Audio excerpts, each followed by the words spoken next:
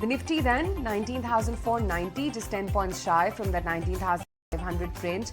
Let's see what Bharti is up to. Remember, they've acquired that additional 20.6% stake in Lavelle Networks. So that stock is in focus, and yesterday itself, it clocked a 52-week high. There's also ITC. The board has approved Sanjeev Puri's reappointment as CMD for 5 years.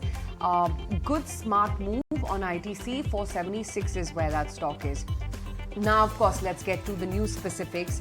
I want to see what Delta Corp and Nazara Tech are up to, considering it's a 28% GST, which is going to be levied on full value for online gaming casinos with no distinction between skill coming in right now. 10% lower for Delta Corp as we speak. Wasn't anticipating anything different.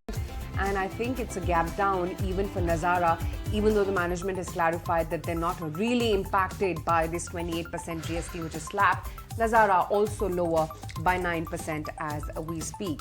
For what its merit may be, it's also marked PVR Inox, considering the GST on F&B has now been reduced to 5% from the earlier 18, 2% higher for PVR Inox as we speak. 1450 is where that stock is. Havells, they forayed now into electronic manufacturing services space for ACs and washing machines, so look out for that stock too. There's Lupin, wherein the US FDA has cleared the Pithampur unit 2. They've issued an EIR as well, although this news came in during the fag end of the market hours yesterday. Wipro, they've launched AI 1360, looking to invest about $1 billion in AI over the next 3 years. Marginal uptick on Wipro. And then, of course, let's check in on the result contenders. What is HCL and TCS up to ahead of their earnings today, though post-market hours? Mildly positive for TCS, HCL absolutely flat. But I don't think the market per se is giving you any reason to complain. In fact, if nothing, we're pretty much in line with the rest. Actually, all the sectors are in the green, barring autos, which is on the back foot, and it's M&M and Maruti, which is seeing a bit of a profit booking. Rest of the sectors are comfortably in the green. It's the metals pack which is taking the charge yet again today. Pull up a JSW Steel, a Jindal Steel, JSPL, Ratnamani, NMDC, Tisco. All of these stocks are higher in the trading session. Though I have to say that Nazara is actually bouncing back from the opening tick that we saw. So it started with a cut of almost 13-14%. Now it's showing a cut of just 5%. So there has been quite a bit of recovery from the intraday lows already. The management did clarify that this only impacts 5% of their revenue. Can't say the same about Delta Corp. As we were highlighting, it continues to be locked in the lower circuit, a 10% cut coming in there. Pidilite, the city downgrade is weighing on that counter, a 3% cut. IndusInd Bank, wherein Soumnath was highlighting that it's not getting added into the MSCI index yet, so the flows might reverse a bit. That's seeing a cut of almost 2% as well. And separately, what else is buzzing on the gaining side? Mazgaon Dog, there was a large, I think, that happened on it because the volumes are on the higher side, 5% higher for that one. And then Just Dial Kajaria Ceramics, wherein there has been an upgrade which has come from Goldman Sachs, is also higher by around 2 to 2.5%. Yeah, PVR, Inox, we talked about that 5% rate being put. A sentimental positive rub-off is what you're seeing on the stock. And yes, individual names like a Varun Beverages or a Nippon Life, LG Equipment, those are a buzz in trade. Let's get in our chartist take then. A positive market breadth and holding out around the 19,460 mark. Kunal, your take, given that still it's 19,500 that it's eluding us, and what's your first trade? Yeah, I think we're still consolidating on the Nifty as well as on the Bank Nifty, but I think the attractive trade over here would actually be a long on Bank Nifty because most of the indicators are actually going into an oversold territory now for the banking index. So I think that's where I would probably keep an eye on, and any kind of an intraday dip, specifically if it happens for the banking index, should be taken as a good buying opportunity. Now, the stock which I would be clearly looking out for in the opening trade would be HDFC Bank. The stock again has gone into a mild correction in the last couple of trading sessions. Indicators are into an oversold territory or entering into an oversold territory for HDFC Bank. So that's a trade which looks very attractive. Naresh, what are the first trades that you're punching in? So Ashok Leyland looks interesting. The stock is coming in that touching distance of 170, a breakout, and the last 2 days of strength out there, expecting this breakout move to continue higher.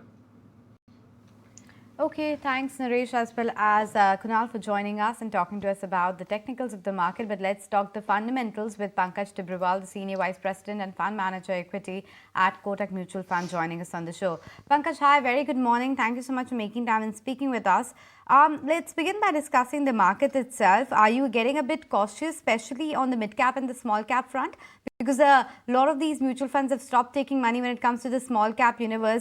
There's scarcity of opportunity. Are you feeling that pressure as well? Good morning.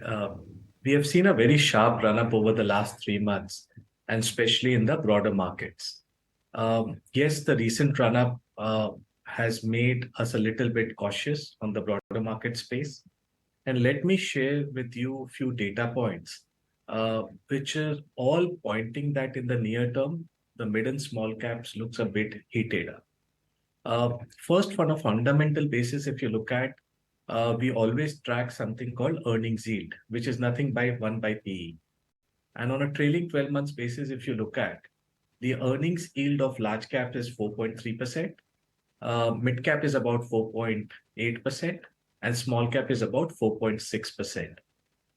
On an average, they are much below their 10-year averages. And today, if you look at, there's hardly any gap between the earnings yield of large cap, mid cap, and small cap. So why to take extra risk in mid and small cap when at the same earnings yield we are getting large caps? So that's one point to be noted. The second important point is that if you look at from a overall market capitalization perspective, mid and small cap as a cohort is now 28% of the total market cap. And by total market cap, we mean NSE 500 universe. On an average, this number has been about 23-24%. In 2007-8, we saw this number moving to 27-28%. It is now back to the historical highs.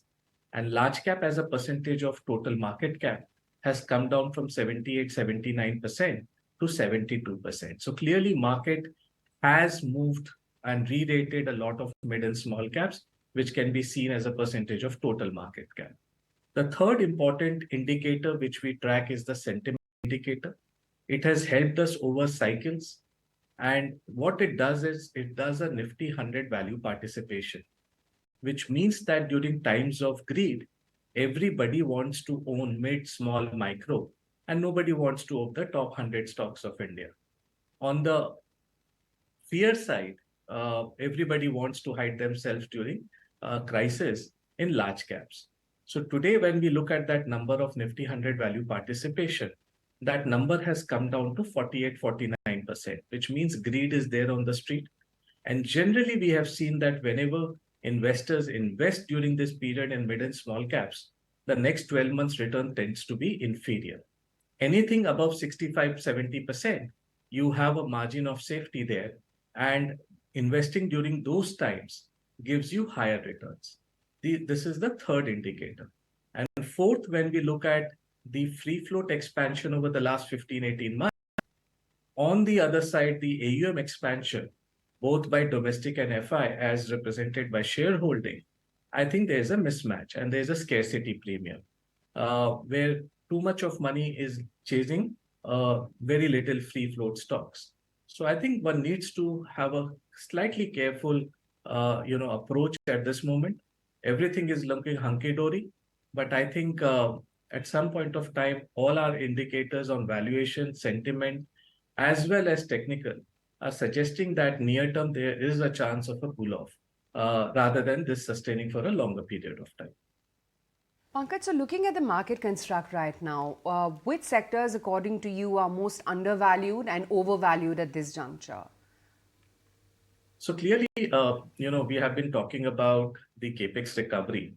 That probably is showing signs of promise if you look at from a 2-3 year perspective.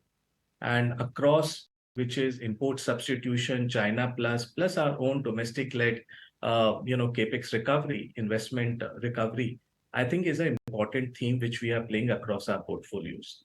In the near term, there is a probability that they may see some kind of a cool-off because last 2 years have been very strong run-up for most of the names. But if you take a 2-3 year perspective, I think that looks to be decently placed.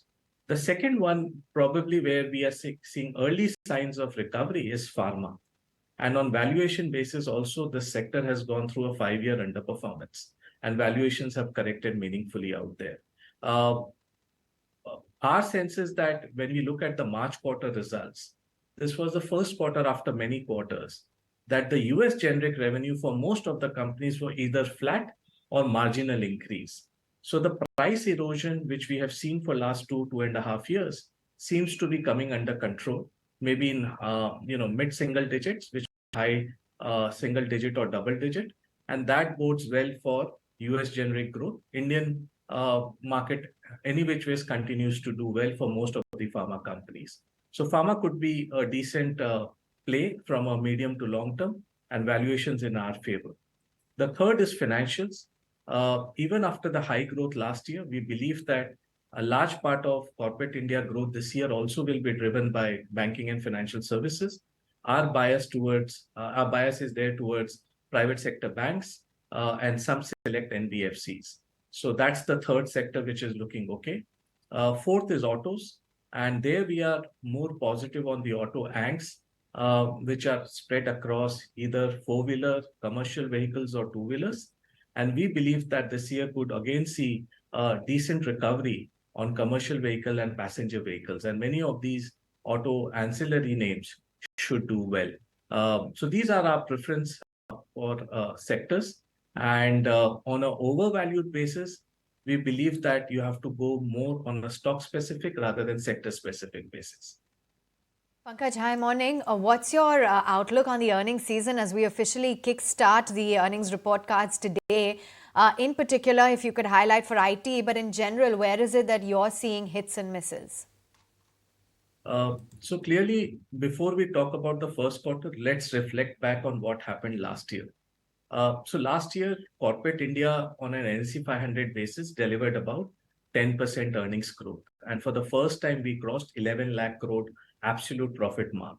But interesting, when you dissect that number, interesting analysis comes into fore is that the 78 BFSI company actually led the show, and they had actually 50% earnings growth.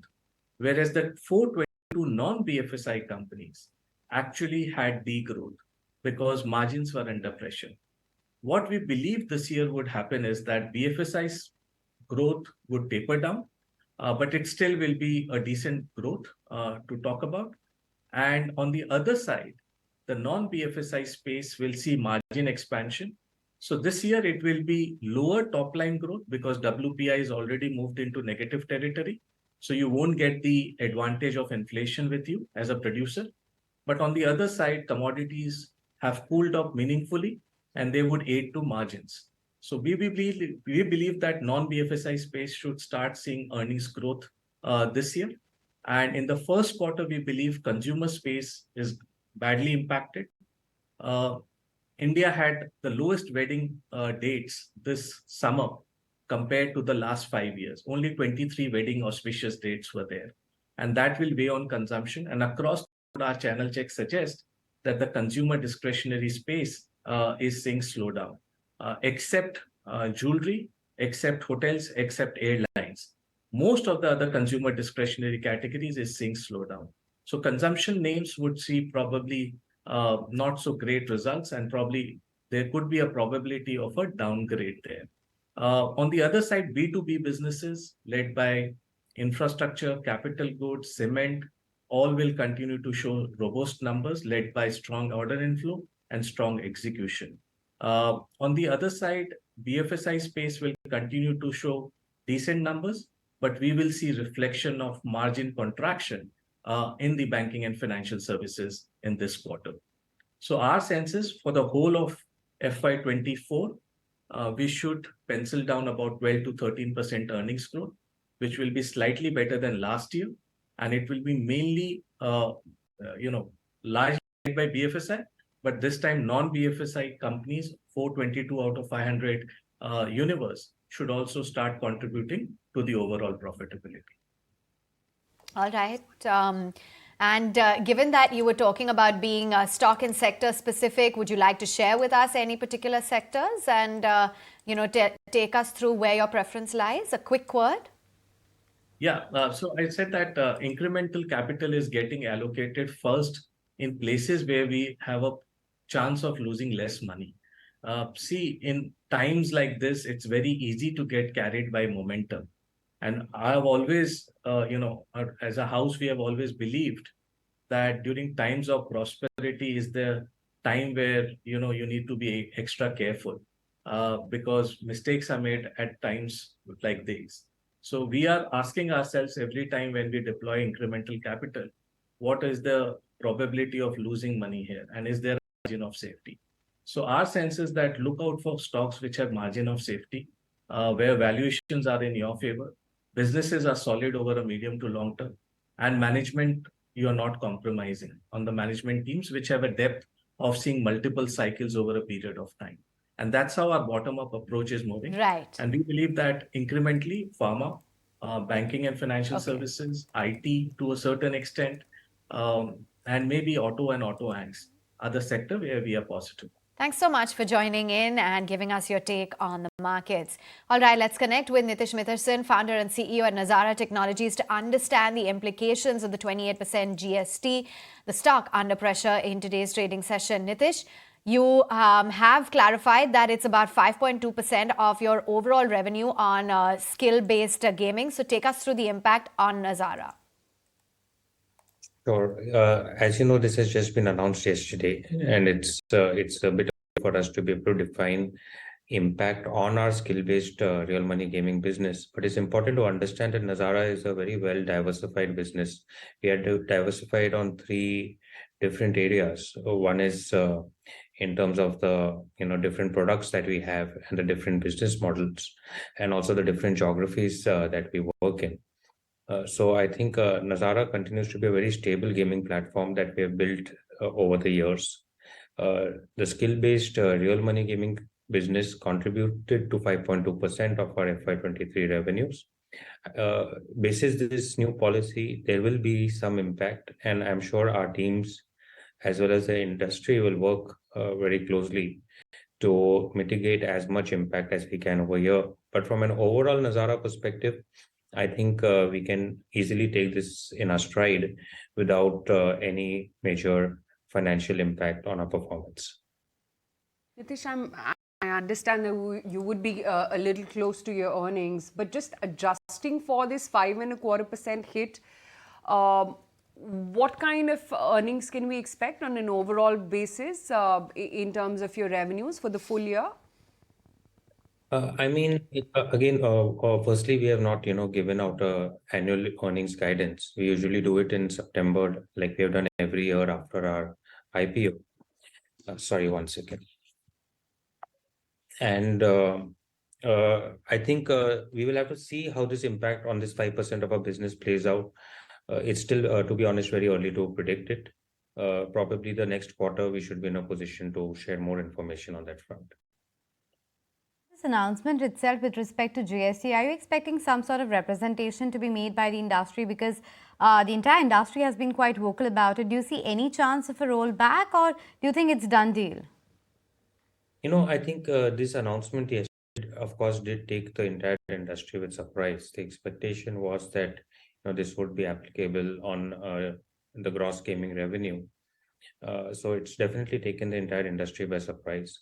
There are a lot of very active associations in the industry like AIGF, etc. We are also an active member of these organizations, and they will coordinate an industry effort to try and represent the industry's point of view and try and find a solution here. Nitish, but what do you think? Would this change the consumer behavior by a whole lot? We were just discussing that people who enjoy playing these games are partly addicted to it as well. Do you think this will materially change the behavior of the consumer? I think especially in certain formats, right, it reduces the amount of winnings that would go back to the hands of the consumers by a significant margin. And to that extent, I think the interest of consumers definitely would get significantly dampened.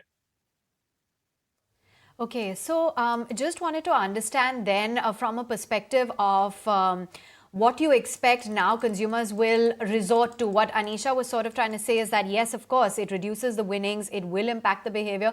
What do you think the next avenue perhaps is going to be for those who are highly addicted? I think there are, of course, a lot of gaming opportunities on the mobile phone. Consumers are playing all types of games, not just skill-based real money games. But at the same time, this was providing significant entertainment value to the consumers. So we will have to see how it pans out. I really don't have a crystal ball at this point of time, but the next few weeks will give us more clarity, and I'll be happy to come back and speak more about what I have learned. Okay, so that's the take coming in. Nitish, with respect to the fundraise itself, you're also raising 750 odd crores, if I have it right. Could you talk to us about the utilization of that and what are the avenues of raising this fund? Yes. So, we have grown over the last few years, very, very aggressively on the back of investments in great gaming companies that we have invested in. Especially most of our investments in the past have been in the non-RMG space. And many of these businesses have grown very well. And we've got a playbook that is now working very well. So my team in the last few quarters especially has done a lot of work with companies in India as well as globally, especially given the market sentiments and attractive valuations that are available. So we are definitely looking at making additional investments, additional M&A activity in many of the segments that we operate in. And hopefully in the coming months, you will see more action on that front as well. Is there something that you're looking to acquire or buy out? Yes, we always are. Okay. Any ticket size that you may have narrowed down on? There are multiple segments we're looking at, multiple opportunities we're looking at, and the ticket size also, different sizes. But I think our overall fundraise will give an indication of, the direction we want to go in. Will you slow down in the gaming division at all, given the kind of policy uncertainty that we are looking at? Will you lower down your, M&A expectations from the gaming segment or the overall focus area? No, absolutely not. I think India is on a one-way street to becoming the gaming nation of the world.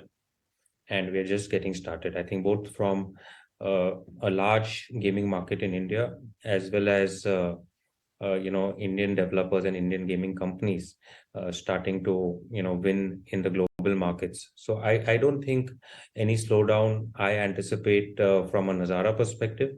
The real money gaming space had scaled extremely well in the Indian market. A lot of companies have done a lot of good work over there. And I think that one is definitely going to get a dampener. I am very hopeful, like I said earlier, that the industry will be able to mitigate this, work closely with the authorities and try and find a solution. So given that you said it's going to be a minimal impact on your overall revenues, you had just recently raised your overall growth guidance to 70 to 75%. You had moderated your EBITDA margin expectation to about 10% from an earlier 12 to 13%. Does this remain intact? What's the outlook? Are you revising numbers? Just to clarify, that guidance was for the previous year, FY23. We have not shared any guidance for FY24. We will share a guidance in September quarter. Just to quickly get out the point as far as the entire gaming decision is concerned as well, wanted to understand from you that going forward, what kind of expectations are with respect to the entire industry when it comes to the startup world. You talked about how the real gaming had scaled up quite a bit. We had a conversation with Rajan Anandan as well, and he was saying how gaming could be the next e-commerce kind of wave for India. Do you think there could be a bit of, winter, the startup winter, the freezing winter can come in for startups as well as far as that segment is concerned, and it could go the edtech wave? No, like I said, the skill-based real money gaming space was, scaling very well in India. And this is a significant setback to that space. So startups operating in that space, especially younger startups operating in that space, will struggle. Actually, this is also going to impact the larger companies. So this is, I think, for the younger startups in that space, it's almost going to be impossible to do any business So of course, in that particular segment, it's going to be a large segment. But I really think it's very important that India does not lose out on the opportunity it has on the overall gaming space. And therefore, I think all types of clarity, regulatory clarity, taxation clarity is very important. Since the time of our IPO, we have been, asking for clarity on the RMG space as well. And similarly, I think there are new technologies coming in. Web3, for example, is again operating in a gray area in India. A lot more clarity is required over there. So I think the faster we can have better clarity, we know where to invest and how to do business in the right manner, completely compliant with the law, and startups can really build on a very strong foundation that way. Nitish, would you like to tell your shareholders anything right now? Because, it was a gap down move for your stock while it's recovered from that 10-odd% downtick that it started off the day with. But we're still down about 6.5%, 660 thereabouts in the stock. I mean, I know on the street there are as bullish price targets in your stock as 804. But any message for your shareholders right now? I think the only message I would like to share is, that Nazara has a history of operating for 23 years.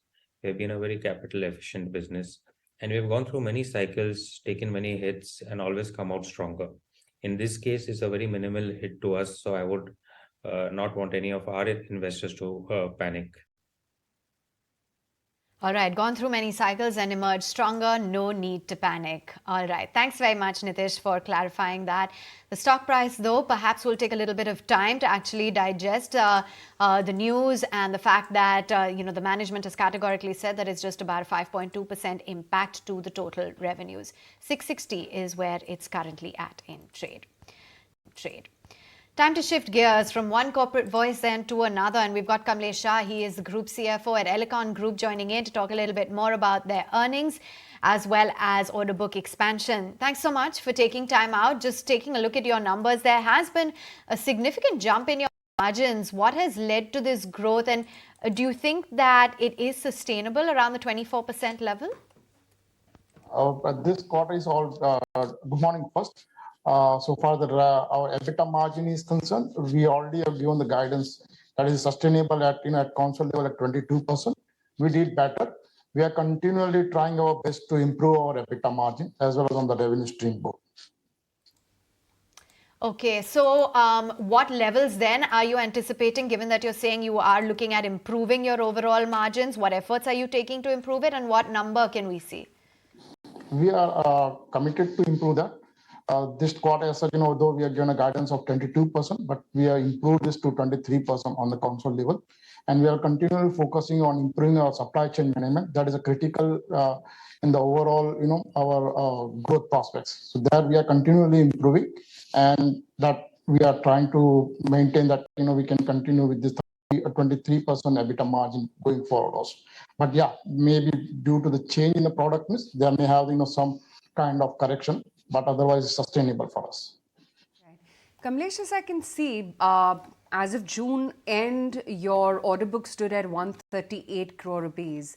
Tell me, what is the order book visibility that you have, and how do you see it growing up until Q2, or even for that matter, for the full year? Yeah, let me correct. My order book position at the company at the console level is 793 crore. So that 138, what you are looking for, it is on the material handling division. Whereas we also have the transmission division also, which we call it the gear transmission division. So both put together at console level, our EBITDA, our order position is 793 crore, and that is quite robust. We are confident to sustain that level of margin because our revenue guidance is 2,000 crore, for which we have to work hard to achieve that. I stand corrected. That's purely for the MHE division. Spotting, as we understand, various opportunities outside the country as well, right? The African continent, for instance. And that's why I guess you're setting up this step-down, wholly owned subsidiary in South Africa with assembly and after-sales service facility, etc. as well. What kind of orders do you expect from this particular region? Earlier, at present, we are serving that African continent through our Middle East, that is based out of UAE. Considering the traction in the overall market in the African continent, particularly in the North Africa and other West Africa, we find a good traction over there, like Ghana and such kind of things, where we are getting the good positive response. And based on that, we think that why we should not have our own setup over there, a small setup that we start with a small setup for assembly and the after sales service, which can give the boost. There, our Elicon brand is very popular. So this is what, as a management level, we thought we should have our own subsidiary over there.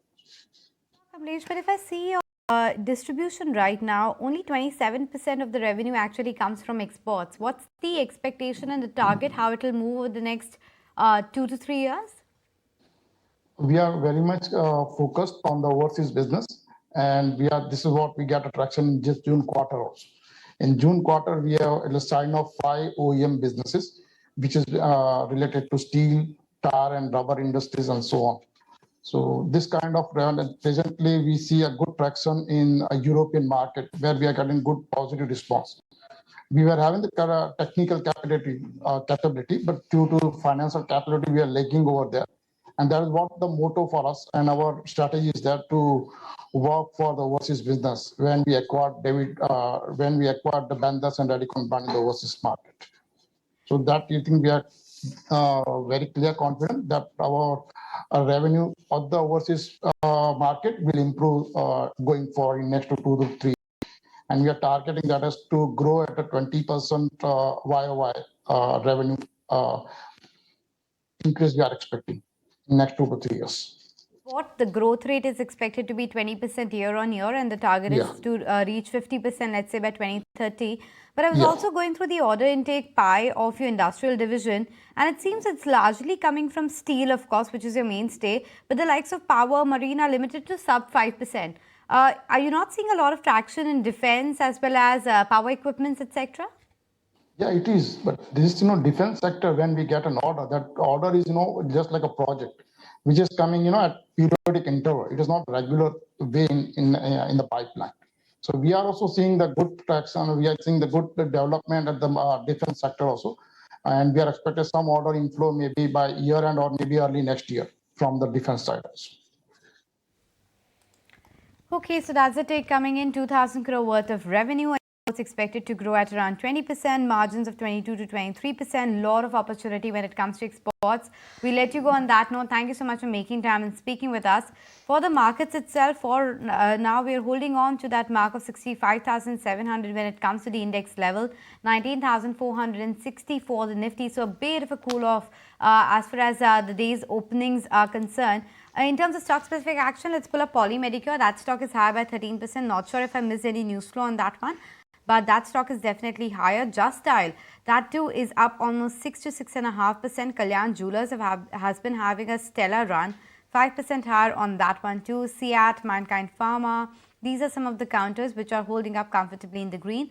No surprise on the downside that Delta Corp makes it to the list on the top, 10% cut coming in.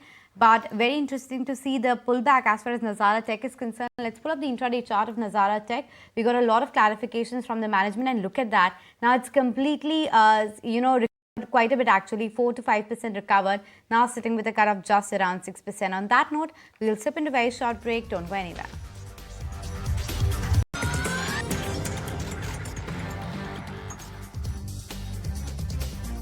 Thanks for staying on with us. This is First Trades. Just want to check in on the frontliners and what they're up to in today's trading session as we're continuing to move in a very tight range. You've got the likes of ONGC and Coal India taking leadership. Reliance Industries continues to remain a winner in trade at 27.88. The HDFC twins lending a helping hand, and ditto when it comes to ITC as well as Nestle and Tata Consumer. So FMCG as a spot is looking good. Ultratech Cement under a bit of pressure. IndusInd Bank is at about 13.63. And Infi as well as something like an HCL Technologies, those stocks are under pressure. A quick check-in as to what heavyweight TCS is up to prior to its numbers, and flat as ever at 32.68. But time to get you some top fundamental stock ideas. Apollo Tyres, that's one of Sandeep Sabharwal's top recommendations. Tires overall, I think at least companies like which are domestically focused with some exports and overseas operations, like Apollo Tires, which remains the best company, followed by MRF, C8, and then JK.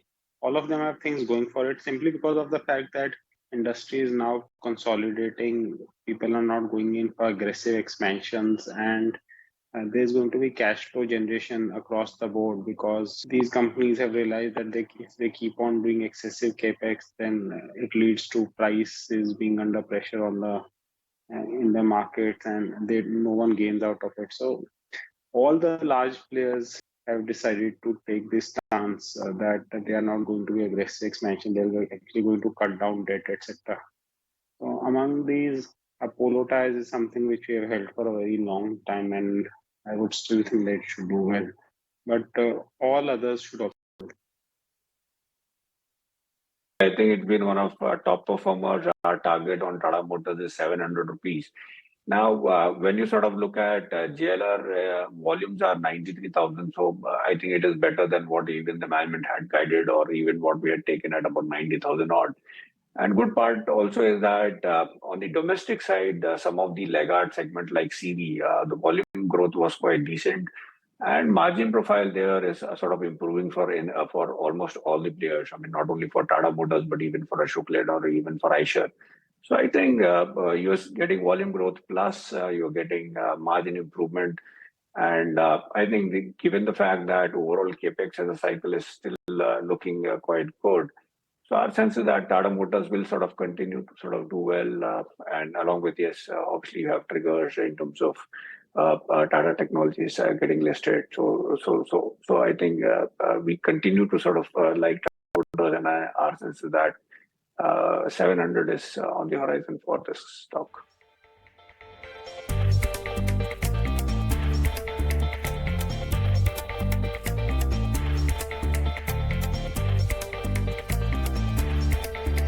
Question is the market anywhere close to topping out? Are we hitting some sort of resistance at the upper end for the index? And what about various sectors?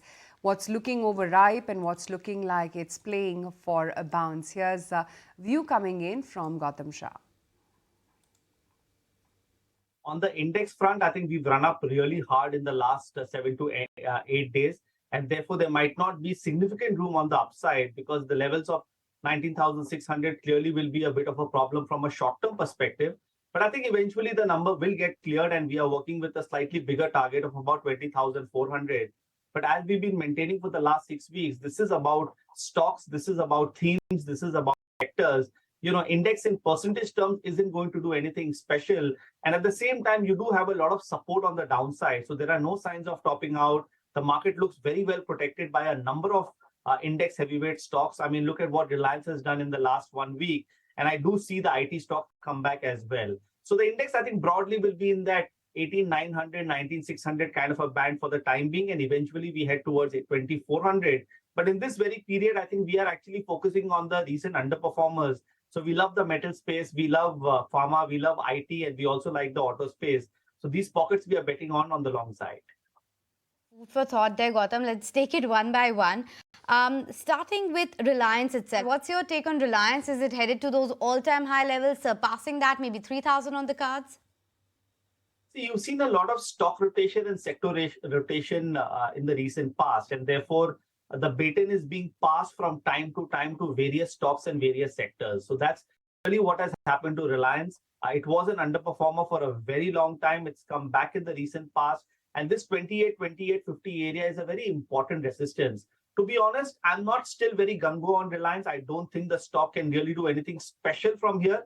It could see a bit of a move, maybe another 5-7%. But the bigger opportunities is in some of the other sectors. So Reliance, I think it's just made a comeback. It's covered up for the recent underperformance. But unless it really gets past 28-50, I don't think something special is going to happen.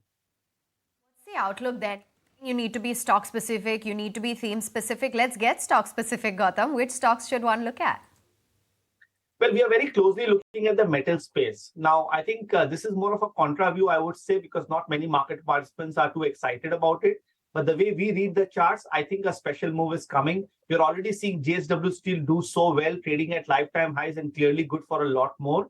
We also like the way Tata Steel is shaping up. We like the way SAIL is shaping up. And JSPL has been a favorite all along. So I think these 4 or 5 stocks which I mentioned have the potential to move up 12-15% from current levels. So that's clearly the focus area. And, you know, aside of that, I think pharma has been our poster boy for the last couple of months. We've seen special moves there, Dr. Reddy's, Glenmark, DB's Lab, and I think it's going to get better. So our working target of the pharma index is about 15,000 to 15,500. So clearly there is a lot of room on the upside. Please understand, while the Nifty is already at life high, some of these sectors have a lot of catch up to do. So we are avoiding the high flyers like FMCG, infra, capital goods, which have already run up in the last 2 months. Okay, so a lot of sectoral view coming in from a technical point of view, but one such sector which is in focus on account of fundamentals is also agrochemical space, because there have been a lot of profit warnings or guidance cuts that have emerged from a lot of global players. But what will be the impact back home, and is it just transient or is it going to be a bit more structural? Let's discuss all of that with Rohan Gupta, the Director of Institutional Equities, joining us. Rohan, hi, thank you so much for making time and speaking with us. Just the first question exactly on that. What's your view right now on the industry, the kind of commentary that we have been hearing from the likes of Clariant, FMC, etc.? Yeah, hi, good morning. So first of all, yes, this is going to be a very tough quarter for all the global agrochemical companies. The pain will be more sharper for the generic agrochemical players, the names which you're talking about, like even FMC, UPL, and all these guys. The prime reason for this is basically there is a lot of inventory in the system, and we have seen that there is some slight pressure in demand.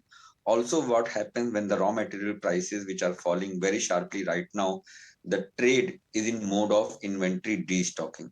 So all these companies actually have to take a cut on their high cost inventory. That is going to put pressure on their EBITDA, the profitability. And also there is slight weakness in the demand side right now.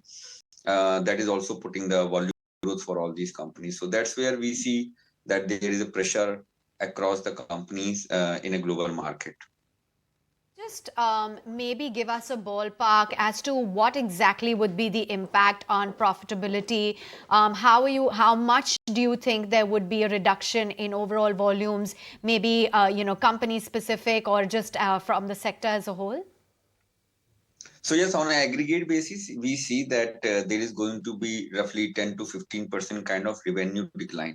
Now, this revenue degrowth will be function of two things. One is the price drop, because raw material prices are falling. So we have seen that last year a lot of raw material prices driven by crude has gone up.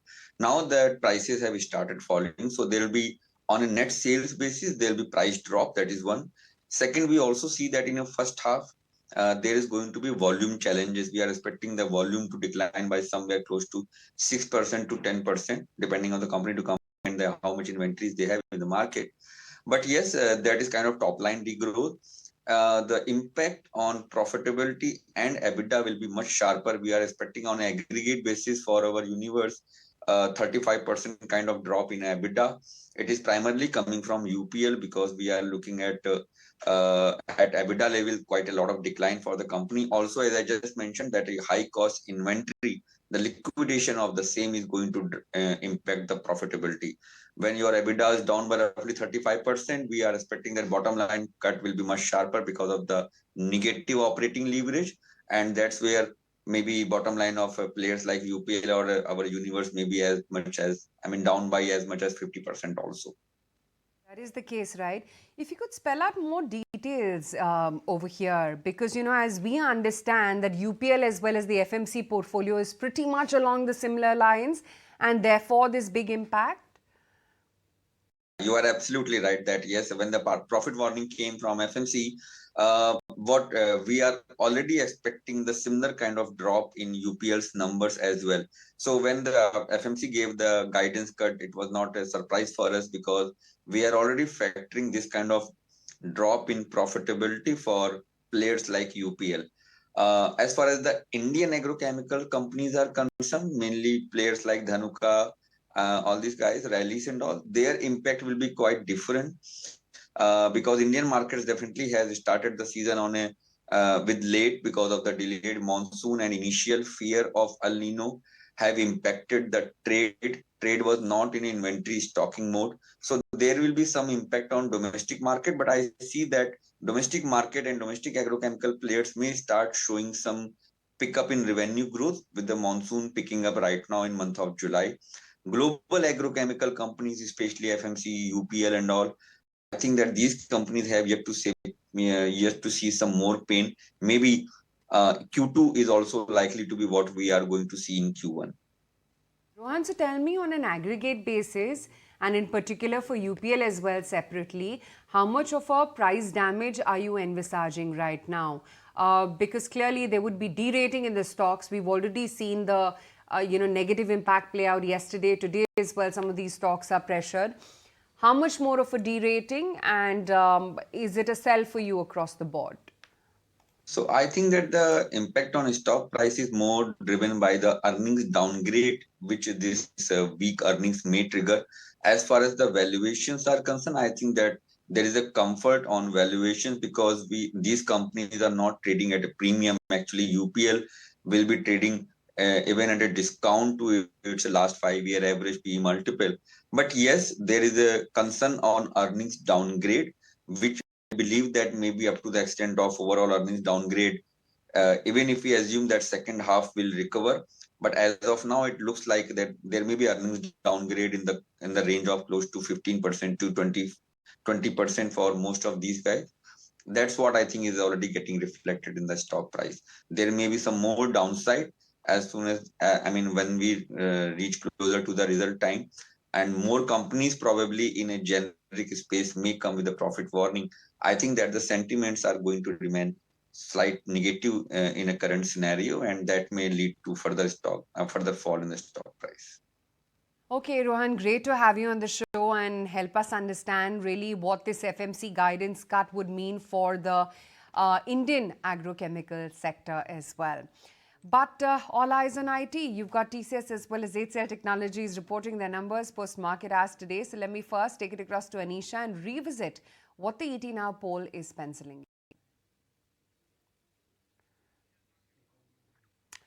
Okay, while we get Anisha ready with her poll, let me also welcome on board Ankur Rudra as well as Onkar Tanskale joining in on the show to tell me what they are expecting from the IT sector this time. Ankur, hi. First, if I could, bring out, get you on board, just wanted to understand, after that sour disappointment in Q4 up until now Q1, has anything changed on ground for the Indian IT sector?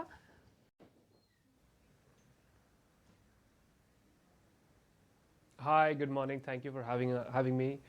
So what we've seen is that the demand environment has worsened across the sector.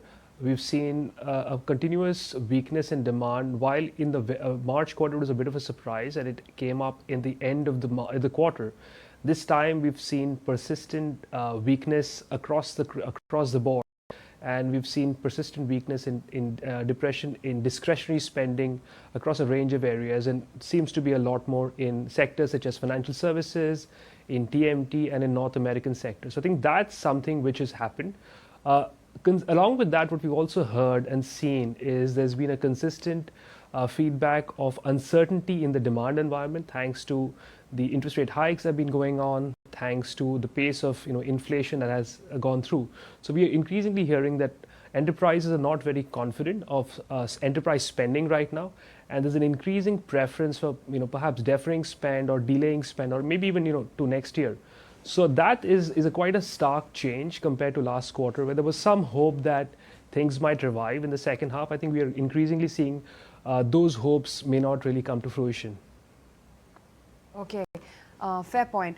Omkar, similar question to you really. Just wanted to understand whether the slowdown we are seeing is discretionary in nature, or do you think it's more structural or cyclical, and thereby this underperformance across the IT sector? No, definitely. I mean, it's a discretionary in nature. I believe the kind of uncertainties is still persist in the market, is tending the clients to this delay in the spendings on IT side, measure predominantly into the BFSI, high tech side. So that has impacted majority of the revenue of this large cap IT services, which has a maximum revenue contribution on the side. So I believe that is the reason. I believe in H2 there might be we can see a bounce back coming on to the after some settling down of the economies and some stop. I mean, the interest might be settled down, and this economic cycle might get revived. At least they start spending on IT side as well. So it's more of a temporary situation, I believe. It's more of the persons are not. I mean, the companies are not engaging much in the newer contracts which are likely to be there. That is my opinion about the current scenario. Point taken. Ankur, hi. This is Anish also joining in the conversation. Just wanted to get a sense from you about your report that you published yesterday on the ER&D segment. You're quite a bit of contrarian there as well, expecting a downside of almost 40-50% on the likes of Tata Elxsi, KPIT Tech.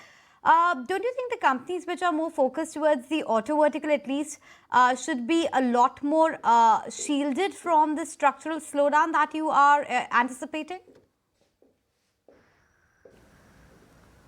Ankur, the question is for you. No, thank you for the question. We are, what we've said really is that we are increasingly seeing that in a range of industries focused on engineering and R&D services, the element of urgency that was there on the spend for the last 2 or 3 years, partly triggered by COVID, such as in industrial smart automation, smart factories, in IoT devices, in healthcare, in connected products, a lot of that urgency is now missing. And hence these spends are increasingly seen as discretionary. So a range of industries such as manufacturing, industrial, medical, are seeing that pressure. Autos is an exception, like you said.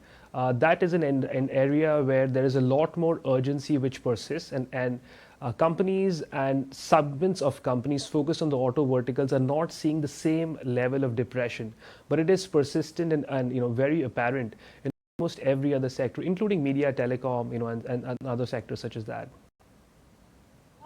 Let's talk about the differential of growth rates in the mid-cap versus large-cap, Ankur. Of course, mid-caps have been leading, and that's obviously the case. They have been reporting at least a strong double-digit growth. Well, the large-cap ITs have been stuck between this 5 to 7% range, at least with respect to the FY24 expectations. Do you think the street is baking in a lot with respect to the mid-cap IT and the valuations need to correct more there?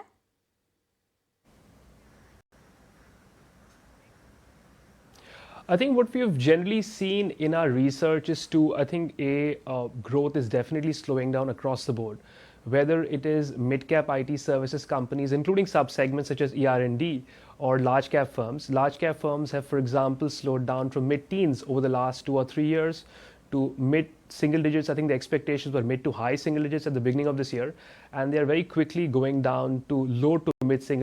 So increasingly, we think that among the large caps, growth might even be less than 5% for most of this year.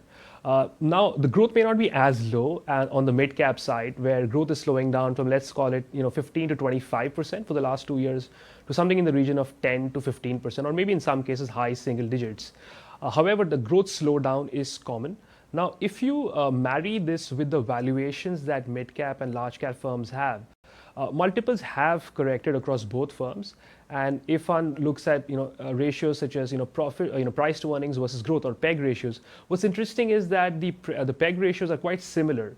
The average for large cap firms is about 1.8 to 2. The average for mid cap firms also is around, especially if you include the engineering services, is still 1.8 to 2. So there doesn't seem to be a clear valuation arbitrage for mid cap versus large cap, to be honest.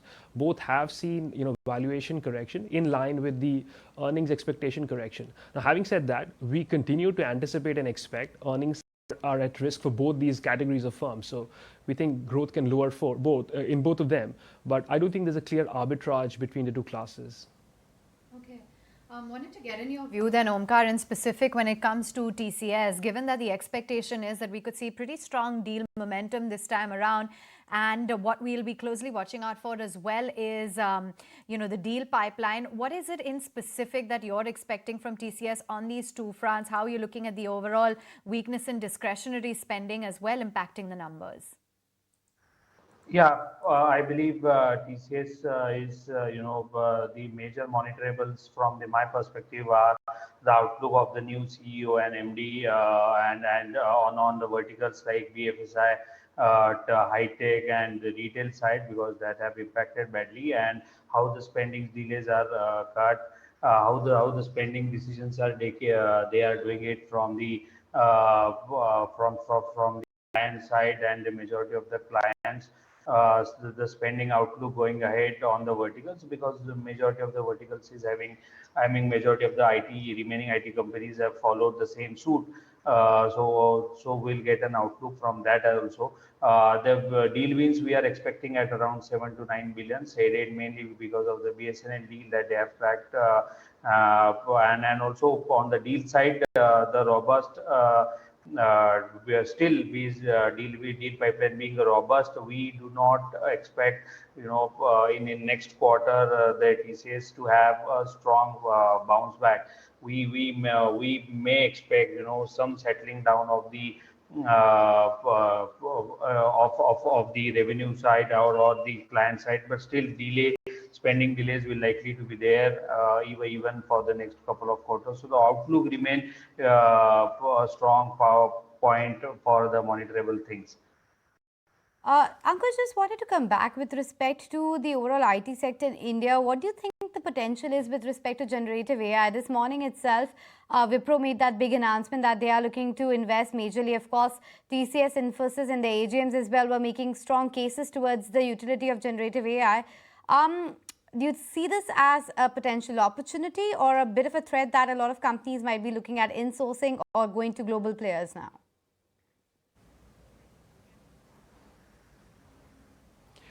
I think this is a key debate point for the industry. I think generative AI will probably be a significant source of disruption. Whether it will be positive or negative for Indian IT companies and what pace remains to be seen. But we think this will obviously be a significant driver of technology spend, the way it is spent and who gets allocation over the next decade, almost like cloud was over the last 10 years. Our perspective at the moment is that generative AI potentially could be more deflationary in the near to medium term. Mainly because a lot of the more legacy services around application maintenance, application testing, perhaps even application development, a lot of these maintenance heavy services could see automation. And even if they do not see successful automation, they could at least impact pricing, where there could be price aggression on the back of that. There will be opportunities, of course. There will be opportunities to build this into enterprise estates, and eventually companies will come around to working with IT services partners. But we think that's probably more of a longer term opportunity. In the short term, there'll potentially be smaller proof of concept pilot projects which will not move the needle. At least in the short term, it won't move the needle. But do you think this earnings season will move the needle, Ankur, by a whole lot? Are you expecting, let's say, more downgrades after this earnings season, or there's a potential for more upgrades? Which side of the lever are you betting on?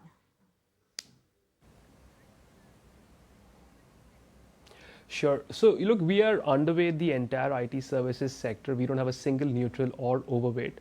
And we have been negative for a while. And the reason we are negative is we think the demand environment remains very weak in the short to medium term. We think the likelihood of revenues disappointing is high, and we've I think seen the street bring its expectation down for the first quarter already. We think there is still further downside to be had in the second half. I think there is still an expectation that there'll be a growth recovery in the second half of this calendar or fiscal year, and increasingly our channel checks do not suggest that could happen. This other risk factor for fiscal 24, for just staying on that, is also on the margin side. We think companies do not have the operating levers because growth is going to be challenged. There could be pricing pressure, and there could be increasing costs in other places. So companies will not have the operating levers to deal with margins. So there's a decent chance that many of the larger companies might see margins not only flat but even declining this year, which could be a negative surprise. So I think that all of that can drive earnings risk significantly starting from this quarter. Even going forward into 25, 26, we think growth expectations remain high. we think we are in a period of mean reversion to long-term rates of growth, which is about 6 to 8% and not double digits. Because looking at double digits is looking at just the last 2 or 3 years. We don't think that's the right mirror. The right mirror is what's been the medium to long-term sector growth trajectory over the last 15 to 20 years.